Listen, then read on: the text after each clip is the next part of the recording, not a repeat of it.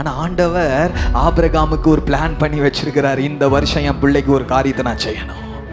அந்த வருஷத்தை வந்த உடனே கர்த்தர் வந்து பேச ஆரம்பிக்கிறார். நிறைய முறை வசனத்தின் மூலியமா நீ நல்லா இருக்கணும், ஒழுங்கா இருக்கணும், பரிசுத்தமா வாழணும், ஜெபிக்கணும், அவங்கள மன்னிக்கணும், இந்த மாதிரி காரியத்திலிருந்து நீ விடுதலையாக்கப்படணும், உன் கேரக்டர் எல்லாம் சேஞ்ச் ஆகணும், இந்த மாதிரி அடிமைத்தன பாவத்திலிருந்து நீ வெளியில வரணும் அப்படின்னு ஆண்டவர் ஒரு சிலரை ஏன் ரொம்ப ஸ்ட்ரிக்ட் பண்ணி ஒரு கோட்டைக்குள்ள ஒரு வழி நடத்துதலுக்குள்ள கொண்டு வராருன்னா, அந்த வருஷத்துல ஆண்டவர் அவர்களுக்கு ஒரு அற்புதத்தை செய்வதற்காக.